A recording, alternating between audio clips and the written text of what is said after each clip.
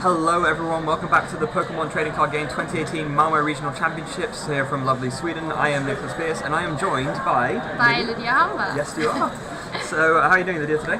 I'm feeling great. How are you doing? Yeah, I'm very good as well. So, for this matchup, we actually have a very, quite special match, I'd say. Yeah, featuring definitely. Someone who's come from very far field indeed. We have Enrique Avila from the Enrique Avila, I should say, from the United States, up against Rasmus Moller from Denmark. He's from Denmark. So Rasmus has almost like a home play. He's playing in Sweden, which is pretty close to his home country, against Enrique, who did all the way, flew over the ocean to compete in this regional championship here. I think he's currently studying in Europe. I think that's why he made it over. So but it's cool to see him make it out here. So he will actually be, first we should mention, of course, that Enrique was, of course, the runner-up at the 2015 US National Championships, losing to Jason Kaczynski. That was that amazing match. It was Wailord against Gardevoir that went on for absolutely ages, went sudden death. Yeah. And Rasmus, no slouch himself, he actually was the only person to beat Tord at the European Central Championships last year when Tord has an insane run and won. So, very impressive achievement. So Rasmus is also no unknown name. Looks like we are going into the game now. Enrique having quite a good start with Buzzwole, while Rasmus is starting with a Zoroark, which is definitely not what you want to see when your opponent is playing a Buzzwole deck. no, definitely not. It looks like he's able to start with a Bridget though, which is always a good thing to have. And we should of course mention that he is playing this Zoroark Gardevoir deck, the one that we saw took off really at the Sydney. The Oceania International Championships, and so I imagine he'll be wanting to use. Well, he's got the roster there set up at the bench, and he'll probably want to try and lead with Gardevoir a lot to try and deal with these Buzzwoles. So whoever has watched the OCIC stream, this matchup should be familiar to you by now. Very much so. But let's see what the players maybe changed with the new set. I haven't looked that much into the deck list into detail, but maybe they changed some cards. I think the only addition I can see here is Cynthia. Yeah. I think other than that, it's very, very similar. But it looks like from Enrique's side, there was just a bench Mewtwo attached to an active Buzzwole Sycamore, and then just attack. Yeah. I mean, to be fair, obviously with the Zora having fighting weakness, that's all he needs to do. He already takes a knockout very quickly. It starts to put pressure on Rasmus. But from Rasmus' side, we do see an Ultra Ball. Yeah, he's Ultra Balling away a Field Blower and a double colorless energy. Yeah, Field Blower is nothing you're that much depending on in this matchup. It's fine, but then, it looks like he went for the Gardevoir, and he had the Candy Gardevoir and an N for a completely fresh new hand. So he had it all. He had the Rare Candy ready in hand, he had the Ultra Ball, he's got the Gardevoir up and running, and now with the N as well, he'll be able to just see some more energy and start putting some hurt into this Buzzwole. Yeah, that's what we also saw last weekend. This deck is extremely consistent. You always manage to get out Zoroarks, and Gardevoir was very early in game, and yeah, so really, really good for him. So now off of this end, he would ideally like to see some more energy, probably some Zoroarks as well. Of course, you do have to be a little bit careful because once those Zoras evolve into Zoroarks, I mean, you do need them because you need that engine to draw cards, but Knuckle Impact can one-hit KO you very easily and give up 2 prizes. So it's kind of, you have to be careful with that trade, and that's not, that pun not intended with the ability name. Okay, so looks like it's Rasmus' turn again, playing an Ultra Ball, probably going for a second Zoroark, of course, because you want as many of them as possible as they give you extreme consistency. Yeah, they're able to use, do those trade abilities, allowing you to discard a card from your hand and draw 2 cards. All those cards over subsequent turns, they all add up to mean that you're much more likely in any given turn to hit the exact out you need to put yourself ahead in that turn. Yeah, that's what makes this deck so good. Quite cleverly as well, we noticed that Rasmus is opting to not bench too many more extra Pokemon. He knows that obviously the Lycanroc GX, so the Dangerous Rogue GX attack can pose a threat, so it's important to make sure to limit the amount of damage that can do. But there's also a Parallel City in play. There is, but the side that's limiting the bench is facing Enrique, not Rasmus. So actually, Enrique's got to be a bit careful because he only has 1 more bench slot to work with unless he can get rid of that Parallel City himself. Yeah. We can see a Max Elixir. Hitting for an energy. Yes. So I'll try to... We're going to carry on Jesper's counter. That's 10 out of 12 right now. and Jesper looks very, very happy that we're keeping track of that. Yeah, it's a pretty good track. Yeah. So Let's see. So offered that. Now he has got another energy in his hand, which he's opting to attach to the bench Buzzwole. We could see. I don't think he doesn't have a Guzmo in hand. No. He has a choice band and just an end. Now this Gardevoir is going to be pretty safe in the sense of it's unlikely to be knocked out. So there's even if Enrique would need. Well, actually no, with that choice band you actually can't do it because he would need like a float stone plus another energy to go to the punch Buzzwole somehow and use absorption GX. But the choice band in the active kind of just takes that option away from him. So he's kind of going to be content to just do some more jet punches and set up damage across the board. Yeah, and I think Enrique is also. He is not really that much depending on KOing this Gardevoir right now. He has the Zoroark in front to put some more pressure on Rasmus, and he has this the other Buzzwole right in the back, already powered up with some energies to just go into battle as soon as he's ready. Yeah, it does, and another really good find from Enrique as well, as he did get the Brooklet Hill, not only taking away that limitation on his own bench space, but then being able to, of course, use that Brooklet Hill to search his deck for a fighting or water Pokemon, put it onto his bench, which he does indeed do with that Sudowoodo we've seen so many times already. We've seen it already. I guess it's one of Jesper's favorites. Indeed, it's a very good card, and that Sudowoodo going to be a big threat throughout the rest of this game now. Even if Rasmus just does a Rider's Beating, for example, watching them copy that with a fighting weakness to get a KO on a Zoroark. So it's a pretty scary tree. Yeah, it is, and I actually really like the name of the attack because it shoots so well. Because Sudowoodo just sits on the bench and learns, and he watches the game, and then he learns how to do the attack. Yeah, that's what you learn. It's nice. Yeah, so there's the Jet Punch, going to do 6 into the active Gardevoir, 30 onto one of the Zoroarks, and now it's back to Rasmus's turn. He's got enough energy to actually get a KO on the Buzzwole, so that's not an issue.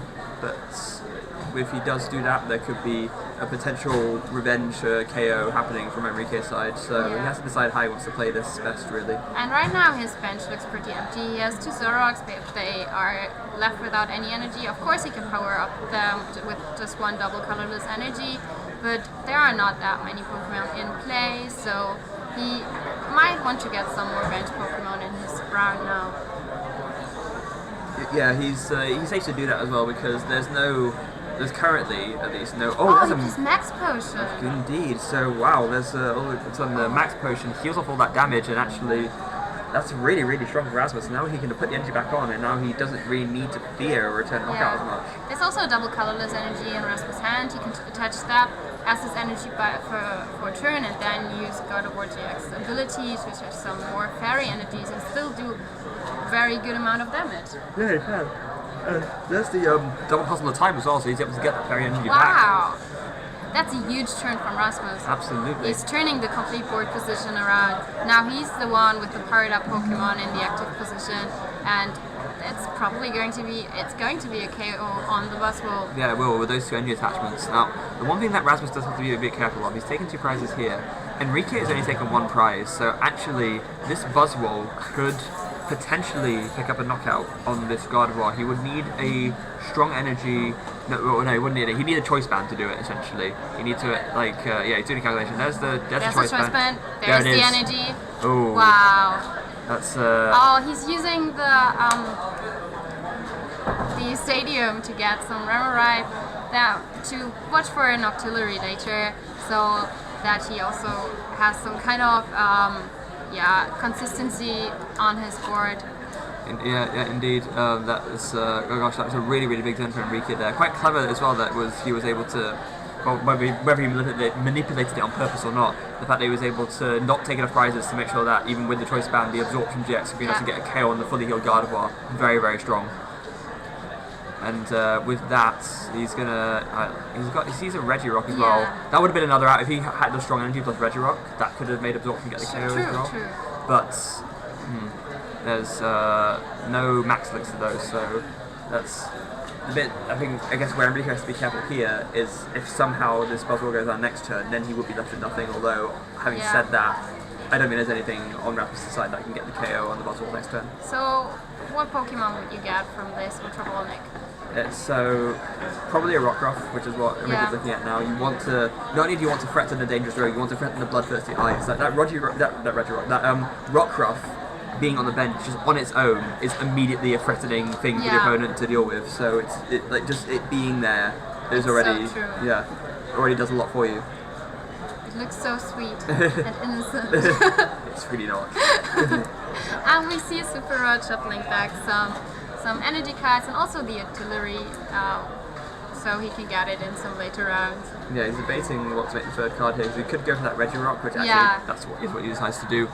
This is actually quite clever because what you can do with Regirock is if you combine it with a Strong Energy and a Choice Band, then Jet Punch actually does 180 to the Fighting Zoroark GX, and then you can combine that with the 30 Snipe from another Jet Punch, and then you'll actually be able to kind of 2-hit knockout. And we see the KO on the Gardevoir. Yeah, so with that you could 2-hit knockout a Zoroark with not much effort. So, Rasmus could be in a bit of a spot holder here. There's a Rolt on the bench. Yeah, but it's what we know that with the Zoroark decks you just have a huge draw support and you can draw into Rare Candy Gardevoir so easily. Yeah, not only that, but you can guarantee them being on top of your deck with Mallow too, which is another really good aspect of what makes it so strong. But still, this Ralts now needs to survive for one more round so that he can evolve it. That's why he's going for a second Ralts, just to be sure. Because otherwise, if you had a Guzma, for example, and a Strong Energy, you could just do another Jet Punch thing and just. But with Regirock, that would be enough to KO on the Rolls. But in the meantime, we just see a Float Stone onto the active Zoroark instead, and there goes an N. So Rasmus doing this because obviously if he leaves the Zoroark in the active, then as we mentioned before, it would be very easy for Enrique to pick up Knockout. He doesn't even need to use Jet Punch, he has got the energy to do Knuckle Impact. Obviously he would prefer to get the Knockout whilst setting up damage or something else, but at the same time, it's looking really good for Enrique right now. Yeah, and also he does not really want this Float Stone to be in his deck because now he needs to draw definitely needs to draw some energy cards and maybe also some bits and pieces to get Rare Candy Gardevoir next turn. Yeah, or potentially Rare Candy Gallade as well. Oh yeah, I just saw he drew the Gallade. Yeah, that's Gallade is really cool because when you say it's really cool, he just decides to discard it with trade. Okay, no Gallade in this matchup, I guess. So, but one thing you can do with it is obviously combine it with trade. You just use Premonition to rearrange the top 5 cards of your deck, and then you can use trade to draw them. So it's a way of sort of digging deeper and actually drawing those cards rather than just seeing them. Yeah, he now retreated the Zoroark before he passed his turn. Actually, signing to Enrique, hey, take that Rels. This Zoroark is more important to me.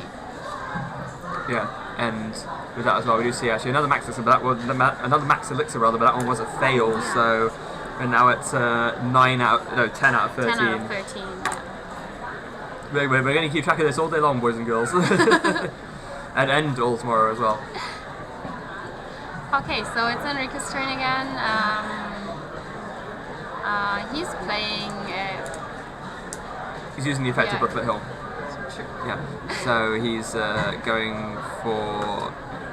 This will be another Buzzwole. He probably knows that if Rasmus is able to get a Rare Candy Gardevoir, then any Buzzwole he leaves in the active could semi-easily get KO'd. So, and there's he plays his own Parallel City. Ooh, limiting Rasmus's bench space. That's pretty big. Yeah, it's very clever. So, with that, there goes the Abyssal Hand as well, drawing up to 5 cards, and. There's a potential Ultra Ball here. Yeah, this is going to be starting a Remoraid and a Field Blower, it looks like. Either that or an Energy Switch. Couldn't quite get a good look at it. But so that means there's going to be a Lycanroc here. Oh, yeah, using the legit Bloodthirsty Eyes. Yeah, so you can use that to bring up the completely fresh Zoroark GX. And now, of course, you can just use Knuckle Impact to get the KO. And it's going to be. And an N as well to follow it up. Very, very strong turn for Enrique. Now, Rasmus only has 1 trade ability available. Yeah, which is not ideal for him. Yeah. He does have 4 prizes left still, so he will be drawing a semi-decent number off of this end. But all the same, it's going to be potentially tricky for Rasmus to actually set up a backup attacker here. He would need to see Rare Candy Gardevoir and a lot of energy. Yeah, it looks like Enrique draw energy switch, and another Lycanroc. Now KOing one Zoroark, going down to 1 prize. Yeah, and then there's a trade discarding a Guzma. Oh, there's a Mallow and a Rare Candy, so he only needs to get one Gardevoir. Maybe he can also get, I don't know, do you know if he has some energies in his hand? I think he does. I think I saw he has a double color and a fairy. Yeah. Yeah. But I don't think he has Gardevoir. So he has a Rare Candy, but he doesn't have the actual Pokemon to evolve into, and he actually just concedes. Yeah. So yeah, Enrique was able to take too much of a commanding lead in that game 1. That Rasmus concedes, and we are moving on to game 2. And it does seem, Lydia, that time and time again in the battle of setup decks versus the sort of very quick, basic hitting decks like Buzzwole seems to be winning again and again. It's true. But because Buzzwole is so aggressive, you can do so much pressure in early game. And then, I mean, you saw he drew prices from Zoroark early and then was able to hit on weakness. So it's not a very good matchup, and we heard it also on stream. It's not that favorable for Zoroark Gardevoir. No, it's. I remember at the tour when Todd was talking about playing Zoroark Gardevoir, he said that the one matchup that he sort of feared the most was Buzzwole Lycanroc, because that's the only sort of non-favorable, non-50-50 matchup in his eyes. But still, we saw it is winnable, and yeah. Yeah, because Todd beat every single one he played against, even the one in the final. We're being corrected here apparently. 10 out of 11. 10 out of 11? Yeah. 10 out of 11. Okay. But that's still pretty good record for a bad matchup. Yeah, exactly. So, with this, looks like both of our players are ready for game 2. Enrique is going to start with a Regirock here, so not really an ideal start for him. And Rasmus, I didn't see what he put down to start with actually. I only saw that he put a Zoroark on the bench, so we might see maybe another Zoroark. Yeah, it's a Ross, okay. So Rasmus will be going first, of course. He takes his draw for the turn, and he straight away just does the Bridget. Yeah, that's Bridget turn 1 is of course the thing you want to do. You can search your deck for 3 basic Pokemon, and yeah, it's simply amazing, especially in setup decks. That's exactly the card you need. He is only playing 3 copies of Bridget and only 3 Tapu Lele. We've seen that some players are opting to up to counts of 3 or 4 of both of those cards just to really consistently get that turn 1 Bridget. But Rasmus happy with 3 of each, and clearly it's worked for him here. So with that, so he's got 3 Zoroarks down, so that's really good for him, and he's got 2 Rolts as well. So it's actually a really, really strong start. No energy, but it's probably fine, as we do see him passing his turn to Enrique, who will start off with an Ultra Ball. For Rasmus, it's not that. It does not hurt him as much as it would hurt Enrique if he's not getting the energy turn 1, because he has he has the option to only attach a DCE for an attack, or to use the Secret Spring ability to attach some more energies in just 1 turn. So it's still a pretty good start. Oh, well, I'll tell you what isn't good though. Another Max Elixir miss. So Enrique letting us down. So what does that make us 10, 14? Yeah, 10 out of 14. Oh dear. But you see a strong energy go on to the Buzzwole, that's pretty good. And then following that up with an N as well. So Enrique's probably digging for a close zone at the very moment. You don't want to leave the Regirock in the active position, as it's rather a support Pokemon than an actual attacker. And of course you want to start putting out that pressure with Buzzwole. Yeah, of course we do. So with that in mind, let's see there was the close zone. Yeah. Okay, that's really good. So he is able to actually do the Jet Punch, and even though he won't be able to get a knockout. Oh. And playing the Parallel City. Ooh, that's gonna be an ugly Rasmus. He's gonna have to choose to. Wow. Yeah. He knows the Zoroark's trades are too valuable to him, so he's perfectly happy to lose one of the Rolts, especially because he. Oh no, and he loses both of them. Of course, because because the strong energy combined with the Regirock means that Jet Punch does 60. So actually, Rasmus, in discarding that Rolts, has decided, you know what, I'm content. Well, I have to be happy with not having a Gardevoir next turn, but that's got to be pretty upsetting. Definitely. But now is he really going to discard? He's going to discard 1 Lele and 1 Bridget with his Ultra Ball. He was thinking about discarding the second Lele, but of course, well, it could be useful at some point, and you don't want to really lose your Tapu Leles early in the game. No, of course not. And equally, I think he wants to try and see if he's able to find. Oh, actually, does a max potion onto the Zoroark. And actually, Tapu Lele could be quite a decent attacker in this matchup. Yeah, it could, absolutely, because we saw there's something that Tord liked to do a lot, especially he's used Tapu Lele just to do some energy drive to soften things up. It was, it's an attacker where, not only is it good as an attacker generally, but it's an attacker which isn't punished anywhere near as hard by watch and learn, so it's a way of safely softening up your opponent, essentially. And also Buzzwole or Lycanroc both need 3 energies to attack, so that's also pretty high number. Yeah, so energy drive will always be doing a decent amount of damage, even at its minimum. So there goes the N, and after that, you see Rasmus very tentatively picking up his cards. Looks like he didn't find too much that would be helpful to him though. A couple of there's a rare candy. That's definitely not going to be much use to him right now. But he does see another Evo Soda, so that'll be good at least. He can evolve into the active. We got the old active Zoroark into a Zoroark, and he can start doing some more trades. And that's going to Ultra Ball first. So maybe now he could think of digging for a Mew X. Because Mew X, that's what he's going to do. Because Mew X hits Buzzwole for weakness. This is one of the other tools that the Zoroark deck can employ to really turn the tides against Buzzwole. Of course, Buzzwole is weak to Psychic, so Mew being able to copy the attacks of any Pokemon in the field, you copy Rider's Beating, and you KO Buzzwole very, very easily. And he also discarded a rare candy with his trade, so this is probably, again, a sign for him just saying, hey, I'd rather not play Gardevoir now, it's too late for me to set that up. Yeah, so it's just, instead of opting to try and go for this Mew option, did not really see anything useful to him though. He traded a couple of times, I don't think he saw a Floatstone or a double colourless. He also missed the energy. Still no energy in play for Rasmus. Very unfortunate indeed. Back into Enrique's side, we know he'll be looking to capitalise on this opportunity that's been given to him. Of course, he won't be able to do that cool, two-shot play with Jet Punch you mentioned earlier, because Rasmus was actually quite clever in the sense that before playing the N, he actually played the Max Potion. So even though you think, Max Potion only healing 30 damage. He's going for Tapu Lele. Probably now going for a Psycho.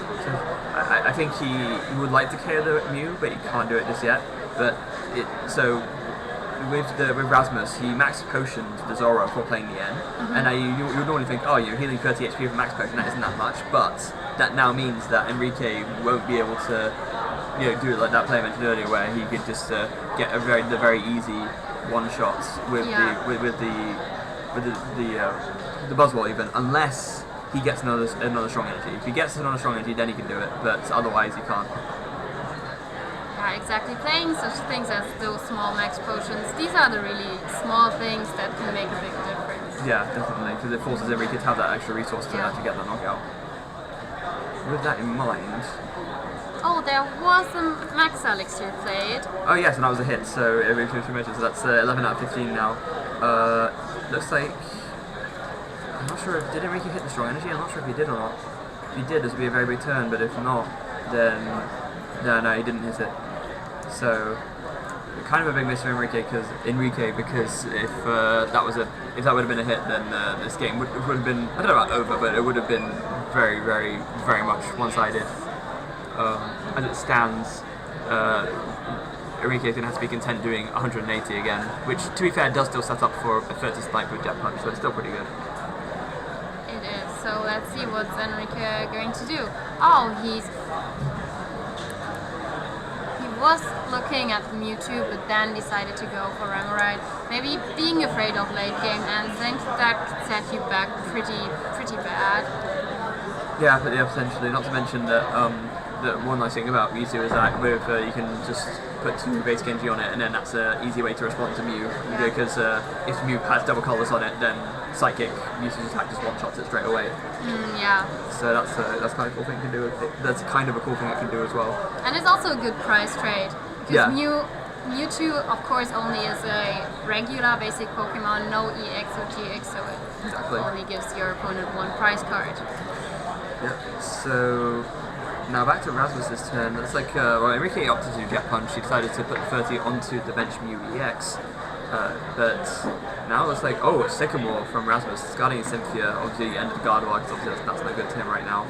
And he does find the double colorless, so if he's able to replace the stadium and get another Pokemon now. Oh no, he's got the choice band, it doesn't even matter, so he's actually got the KO ready right there. Wow, so he is going to dig deep for an energy now. No, he has the double colorless in his hand already. I think he does at least. I haven't seen it. I'm fairly sure I saw one, but okay. But either way, is yeah, no, there's another Zoroark as well. So now there's an easy one prize option taken away from Enrique as well, and Rasmus could be on his way to make a comeback here.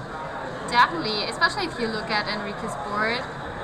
The only attacker that would then be left after Buzzwole goes down would be a Tapu Lele GX with 2 energies attached to it. Of course, it's not a bad attacker, but still not the Pokemon you usually attack with in this deck.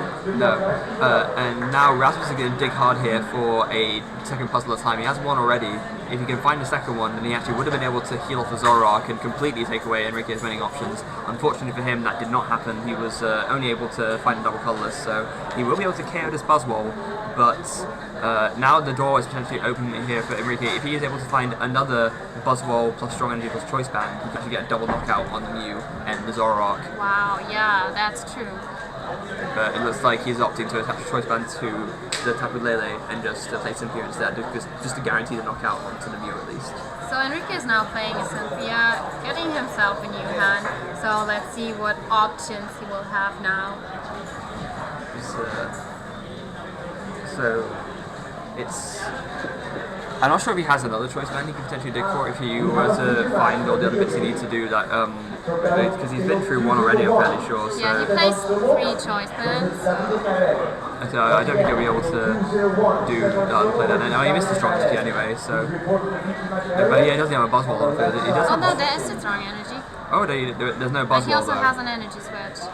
Oh, and he has an Ultra Ball. Ultra Ball, strong energy. He's agonising over it as well. I guess the debate as well is that going for that play is kind of a bit greedy because you would need to draw a lot in one turn. So there is, yeah, there's the option. If I decide to go for it, starting a Guzma. No, he's still arguing. Sometimes your hand is just so good that you can't really decide what to discard. Yeah, especially discarding 2 basic energy after already using a Super Rod as well. It's potentially going to be a problem for you later on. Yeah. But there's an Artillery though, so he will use that to refill his hand a bit more and just sort of stop Rasmus from being able to do any end shenanigans on him in the late game. Yeah, Enrique is doing a safe turn. Because he knows he has a knockout onto the Mew anyway, so with the 2 energy and the choice band, that will do the trick. There's the Abyssal Hand as well, strong energy. There's just retreat, and the other thing is Enrique knows that this Tapu Lele can't be KO'd, so he's perfectly content to just promote this and wait to see what Rasmus is able to do. Although this does give Rasmus one more turn to potentially find a second puzzle and do a double puzzle to get the max potion back. That would make Enrique really sad. Yeah, that's true. Do you know how many puzzles Rasmus still has in his deck? So he's done one double puzzle already, so I'm assuming he has 2, and there's a Mallow as well, so I assume he's going to put both the puzzles onto the top of his deck if they're both there, although I only see one. He decided to put a Field Blower and a Rats on top of his deck, I think. Field Blower and Rats? Okay, that's interesting. It is. He has a Rare Candy in his hand. So his hand is pretty huge right now, he's just debating... Discarding a Footstep. There's the Rats. And the Field Blower. Yeah, I think actually it does make sense because it's kind of important. Yeah. He needs that extra bench space right now, so that's why he decided to go for that just then. And there's... Enrique gets paralleled back the other way. There's a double puzzle into the Zoroark as well for good measure, and there's the double puzzle, so he actually already had it. He had it in his hand, of course. And this is a humongous turn now for Rasmus, as he's able to, I imagine, get back the max potion, and I'm not sure what else he get back here, but that alone. Was the max potion. Is he just not getting back another card? Oh, what did he... I think he got the Mew Oh back. yes, of course he did. Yeah, because he can use that to get an easy KO on a Here comes Buzzwole. Zoroark and right to speed. Yeah. Yeah, actually getting the Mew back is pretty huge, and now Enrique has to be a bit scared of benching another Buzzwole because he knows that if he does, it's going to be very easy pickings for Mew to pick up more prizes. So there is a massive Sycamore from Enrique. Wow. He discarded a lot. It's a tremendous discard from it. There's a Brooklet Hill. So now he can finally search for more attack Pokemon. Yeah, you can. And a Rock. I mean, he has to bench Rockruff because that's going to be one of the big things that enables him to actually seal out this game. As we mentioned before, Rockruff on its own can be a very huge threat. And it looks like Enrique is actually going for the Buzzwole now. He doesn't really, he doesn't want to, but he kind of has to because, as we already mentioned, Mew is in Rasmus's hand. We know that. But if Enrique doesn't bench the Buzzwole, he doesn't have that immediate pressure. So he's shaking his head, but he knows he has to do it. And Rasmus has got to be smiling here because he knows now that he could that is another door for him to actually potentially take this game. So Enrique looking for Rasmus to scout pile, looking at what resources he may still have. We know that with Gardevoir's Twilight GX attack, Rasmus could potentially put 10 cards from his discard pile back into his deck, but I think that's nothing we are going to see in this match. No, I think if Rasmus does that, he just loses tempo doing damage, so that's not really an option for him right now. Instead, we're just going to see the energy drive from Enrique's side. Doing 80, softening up that Zoroark again, and now we go back to Rasmus, who just straight away just benches the Mew and attacks double colours. And there's the Guzma and the immediate scoop from Enrique as we move on to game 3. So we are on 1-1 now, and well, I think in this last game, anything could happen. It goes without saying. It's going to be really, really close, no matter which way you look at it. And as we saw there, it's not. I actually think it's more of an even matchup than people say it is. I know Tord claimed it was the only unfavourable matchup, but I mean, this looks pretty 50-50 to me. Yeah, to me as well. I mean, you have so many options to counter the deck. Even so, your Zoroark is weak to fighting. You can kind of counter it with Mew, and Yeah, the Mew is definitely a big tie swing. I think if there was no Mew, I think it would be a lot harder. But the Mew just makes it much more manageable. Yeah, for me, in theory, when the Limitless boys played it in Australia as well, and when they explained it to me at first, and they said, we have Mew for this matchup, I was kind of skeptical because Mew only has 120 HP and it's an easy KO. But still, two prizes as well. But still, if you can take away a big attacker basically out of nothing, it's huge. Yeah, it is, and it just excuse me. Takes away that attacking threat that the Buzzwole leaves you as well, because it does so much damage to anyone and it puts on so much immediate pressure. And it looks like Enrique started with Regirock again. That's definitely not the start you want to have. No. Although there's is this one 3 max max elixir? Right, let's start counting them, everyone. So there's a hit.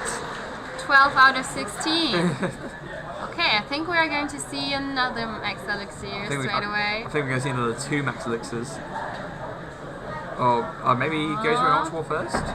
Yeah. I mean, it could make sense because you then have a little bit higher probability to hit an energy if a Pokemon card is out of your deck, but his deck is still so huge that I doubt it would make a huge difference. He actually happens to discard one of the max elixirs. Interesting, so now instead of going for the Tapu Lele, and I wonder what I'm going to see here, because you could go for the second one. No, I'm actually going to go for the end. Yeah, maybe he's also saying to himself, I'm going to save these max elixirs because now they are nice to have, but later on I really need them. Yeah, and this actually makes a lot of sense as well, because he had the strong energy in hand as well, so he's already guaranteed himself the 2 energy attachments, and that means, because he can't attack this turn next anyway, that means that next turn what he needs to do is attach 1 more energy manually, and he's got that 3 energy Buzzwole ready to go. It's actually really, really clever. And it also puts Rasmus under enormous pressure because all he has at the moment is one Ralts. Of course, he hasn't.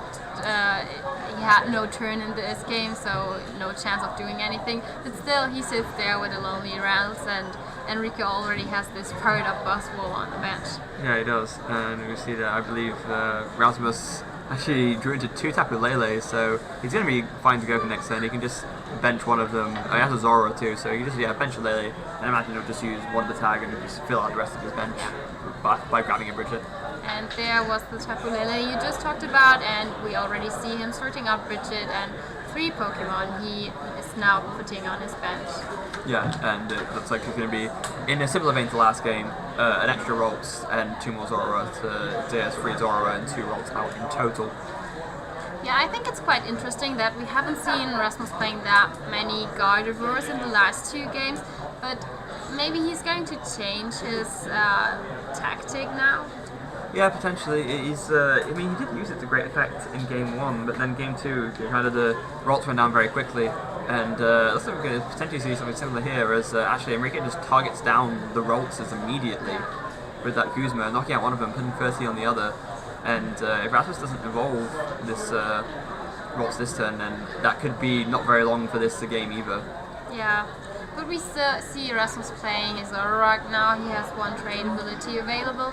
He drew into a double colorless energy, so he's going to attach it to Zoroark, full bend, and choice band attached to the Zoroark, so that's the maximum damage output you can get out of this GX. Yeah, 150 of this right beating, going to be very good for him. As we see him, played that down to Tapu Lele, use 1 tag, and going to grab himself Cynthia. He's really going to be wanting to find either more Zoroarks or Rare Candy Gardevoir of this. Yeah, even with more Zoroarks, he could still want to find Rare Candy Gardevoir. That's the good thing about this deck. Yeah, absolutely. So, with that in mind, there goes the Cynthia. So, the next draw is going to be quite important for Rasmus. Yeah, it's going to be a big turn swing either way. So does he get? He has a he has double puzzle, but I don't think there's much in his discard pile. Yeah. So that's exactly what I was thinking. So indeed, he doesn't even play the 2 puzzles yet. Just does the Rise of Beating for 150 damage. Yeah, it's only his 2nd turn, so there can't be that much in his discard pile. Yeah. So, we're going to mention you guys, so it looks like there's 355 of you watching right now, so thank you all very much for tuning in. We hope you've been enjoying the stream so far, and we hope that you continue to stay and watch us throughout the rest of this tournament. There's plenty more action to come, as we see the action onto this Zoroark of just actually getting the KO with Jet Punch, and carrying the Ralts on the bench as well, and I don't know about you, Lydia, but this is looking like it's going to probably end very soon in Enrique's favour. Oh yes, definitely. He now KO'd the 2nd round, so I think we maybe won't see a Gardevoir again. I think you're absolutely right. And not only that, but he was able to get the KO on the Zoroark, as we mentioned, so now, there's a double puzzle. He's going to grab the Zoroark that has got KO'd back, but what else did he even grab? Maybe maybe a Ralts again? I mean, he could, but then, like... Oh, N! He's going for an N. Yeah, well... Oh, this N could actually be pretty huge, because Enrique has no artillery into play, and he would now N Enrique down to only 2 hand cards, and his deck is still pretty big. There are still many cards in there, so the potential of dead drawing is very high. Yeah, it is, and especially if Rasmus is able to find himself a double colorless energy that he can actually attack and KO this Buzzwole with, and then he'd be pretty much good to go from there, because as you just said, Lydia, there's no artillery on Enrique's side, so there's no way for him to draw out these 2 cards plus the 1 he draws for turn, or he's going to have to work with. Potential spot of bother here for Enrique. So looks like he drew Guzma and energy. Yeah, he drew Guzma and fighting energy, so that's pretty strong. He's doesn't quite win in the game, but that's an Evo Soda. To use that to I was just up to saying he could potentially KO the Zoroark and then maybe draw something good out of his prize cards, but now this is not an option anymore. No. Not only that, but he only has 2 prizes left, so he kind of wants to just... what he just needs to hit is Max Elixir essentially. If he can just hit Max Elixir, then he can actually use Watch and Learn to copy. Well, he need one more Pokemon in play as well. No, 2 more. Okay, actually needs a lot. He does, and that with only 2 hand cards, which we know are Guzma and Energy. Yeah, but Rasmus did not draw double colors energy. Oh yeah, he drew a lot of energies, but not the ones he needs. No, Fairy Energy will not do the trick here, and that's a very, very unfortunate turn for Rasmus. He could have puzzle. Yeah, he has double puzzle. Okay. Double colorless energy and rolls. Okay, so that's fine then. So that means he played 4 puzzles at a time in one turn. Yeah. Because he puzzled the end as well, didn't he? So. That's true. Wow, amazing. That's pretty funny. So there it is. There's you're gonna take a draw for his turn. You're gonna attach to Tapu Lele. Looks like. Actually, you have to not to attach to the Sudowoodo. Actually, just and then instead just opts to pass. Because if you just attach the Sudowoodo and then maybe get an energy next turn, you could have maybe. Oh no, but that's the whole thing. The Rasmus attacked with Tapu Lele, so Watch and Learn doesn't really do much of anything because if you use Watch and Learn to copy Energy Drive, it wouldn't hit for weakness. Gardevoir. I was wrong. Yeah, but you are true with Watch and Learn. Yeah, that's really. Oh, this is a really, really strong turn for Rasmus actually. I guess this is what happens when he gets to play 4 puzzles at a time in one turn. All of them for the good effect as well. And he completely turned this game around. Late game ends or ends when your opponent is on low price count are always crucial. And with this 2 puzzles of time, he was able to get back a lot of resources. And he was. There is Enrique was able to find himself a Sycamore though, so he has been able to draw out of this end. Now, there's a Max Elixir, there's a Remoraid too. He's Max Elixir. Gonna play that straight away. That's gonna be no energy. A miss. Now the one saving grace for Enrique right now is that Rasmus he can't win on the next turn. He still has 4 prizes left to take. So Enrique's got a couple of turns to set up a couple of different threats and try to make it so that Rasmus doesn't completely run over him. And I imagine we'll also be seeing if you can bench a Rockruff, but no, it looks like you can't access that. So that is going to be a pass. And there's a trade from Rasmus, discarding a Bridget, and after that another trade, discarding an Ultra Ball. So that's all of his trades spent. Were any of them helpful? There's another Tapu Lele. Yeah, Rasmus still has 4 prize cards to take, so he's Guzmaing this Voodoo. Yeah, he has to do this because he knows. Watch and Learn can be way too dangerous. Yeah, that's going to be the biggest threat for Rasmus right now. So he needs to deal with that as soon as possible. There's a Secret Spring as well, so that's going to be enough to take the KO on Superman. Now Rasmus is down on 3 prizes. Usually you don't want to actually take a KO on non-GX or EX attackers, but Enrique has the Remoraid in play, which also could be a very easy prize, and which makes it not too bad to take only 1 prize card with a knockout. No, indeed it doesn't. So, oh gosh, never mind. There is like Enrique played a Cynthia. So, I mean, gosh, we were saying here how Enrique was like this close to winning this game, but as you said, Lydia, now with that late game end, with Enrique not having access to artillery. There was the artillery. Yeah, a bit late. I mean, you still obviously use it. It's still going to be a valuable asset to you, and looks like Enrique also drew a Super Rod, so that's going to be a good asset to him as well, just to recover some of the resources he needs to win this game. Yeah, we see Sudowoodo again going back into the deck, and I think also this Remoraid could be a big game changer, because Rasmus could have now just end Enrique one more time, hoping again for that draw, but now with this artillery, Enrique is safe. Yeah, he is. So, and with the Sudowoodo going back as well, it would be really good if Enrique had a Brooklet Hill, then he could actually just fish that Sudowoodo out straight away and then make that a threat to Rasmus again, but it doesn't look like he has that right now. No. Instead he has just a strong energy, but there's the Abyssal Hand. Ooh, I don't think he found a basic or the Brooklet Hill though, so yeah, just have to be gonna have to be content with an energy drive for 110. So now it's Rasmus' turn again.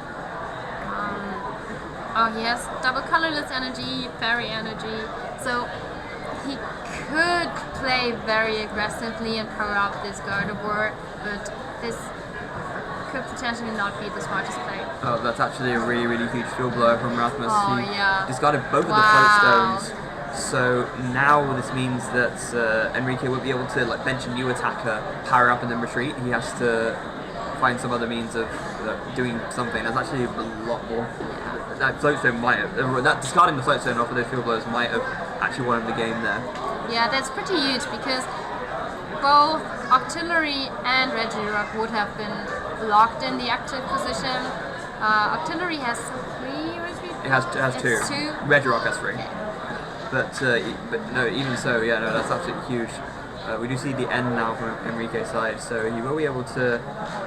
Well, he'll put himself down to 2 cards, but then of course now that he has the Octillery up, he can use Abyssal Hand. But I think it refill. was very dangerous from Enrique leaving this Octillery in the active position because Rasmus is only down to 1 prize card.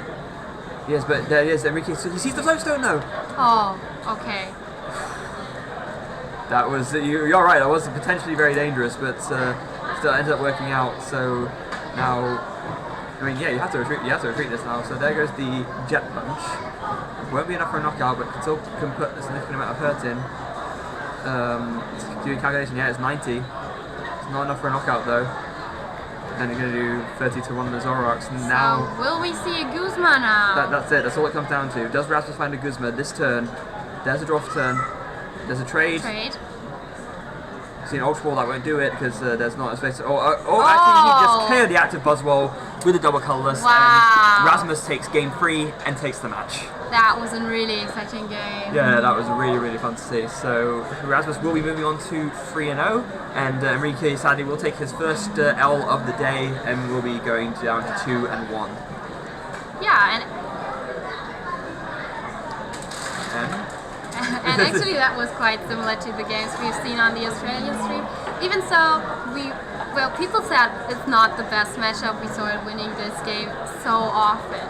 Yeah, it's because again, like with the amount of power you have, with the Gardevoirs, the amount of cards you can draw, you can still pull back those wins even when your setup gets disrupted. And we noticed the big difference comparing like the Buzzwole deck faring against the 2 Magnezone decks against something like this. This is still a stage 2 deck, but because you have those trades and you have that extra consistency to set up your strategy more consistently, it makes all the difference in the world. George Radcliffe made a really good job building this deck. It's extremely consistent, and also Zoroark is such a great card. It's not only a good attacker, it also gives you enormous consistency. Yeah, absolutely it does.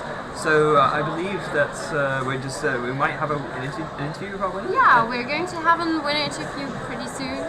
So yeah. Yeah, that'd be good to see. We're just need to. I think they're just getting ready over there right now. So, what would you like to see in the next few rounds? Well, actually, I would like to see some more new decks. This is the first big tournament with some new cards, so that would be lovely. But it looks like we have our winner right over here.